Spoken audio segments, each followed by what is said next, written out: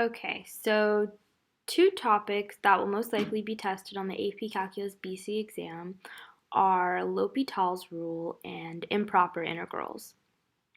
So the first, L'Hopital's rule, basic definition is that when you're taking a limit, if the value the limit is approaching is plugged in, yields an indeterminate form, we can take the derivative of the top and bottom function and continue to do this until we reach a finite value.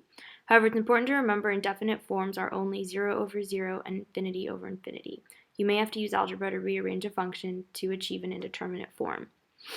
And some examples of this are infinity minus infinity, 0 times infinity, 0 raised to the 0, or infinity raised to the 0. Okay, so here the problem is the limit as x approaches 0 from the right of x ln x. So our first step is we plug in 0, which we find out is 0 times infinity, negative infinity, which unfortunately is not an indeterminate form.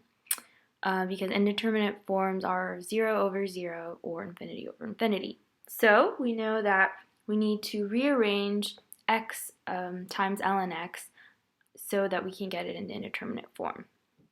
So our first step is we rewrite our limit, and we rewrite our original problem as ln x over 1 over x, which is basically the same thing, we just rewrote it, which gives us what we want, negative infinity over infinity.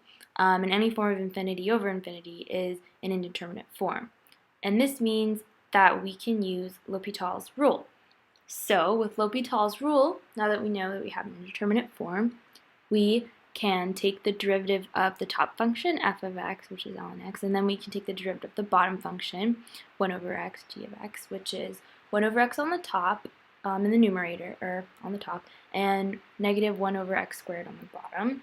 And then with some rearranging, you get 1 over x times x squared over negative 1, which the x's will cancel out, and you'll just be left with negative x. And when you plug 0 in, you're just left with 0, which is your final answer.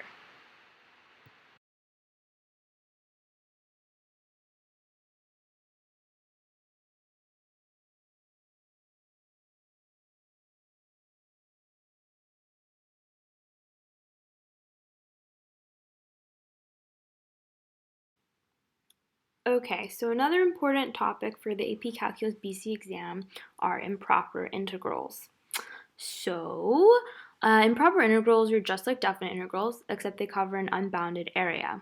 Some examples include, this is a type 1 integral. It's the integral from 1 to infinity of 1 over x squared dx, which would become the limit of, as b approaches infinity, of the integral 1 to b, 1 over x squared dx. And type 2 integral, it's the integral of 0 to 1 of 1 over the square root of x dx, and there's an asymptote there, which is why it would be type 1, or type 2, my apologies. And then the limit as a approaches 0 from the right, from the integral of a to 1 over 1 over x squared dx. But an improper integral can be either convergent or divergent. And basically, when the limit exists, the integral is convergent. However, if the limit doesn't exist, it's considered divergent.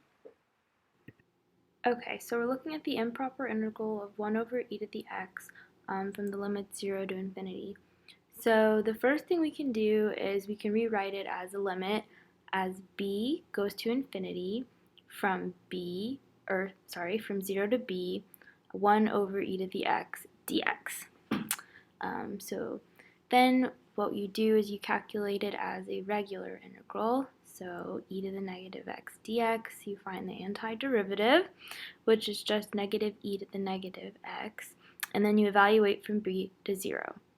So to evaluate from b to 0, you carry down your limit, b to infinity of negative e to negative b minus negative e to the negative 0 using the fundamental theorem of calculus. And negative 1 over e raised to the b, which is the same thing as a negative exponent, is just going to be equal to 0, and then your other value is just 1, so 0 plus 1 is just going to be 1, and you can say that this is a convergent improper integral because it comes to a finite value because the limit does exist. If the limit didn't exist, it would be divergent.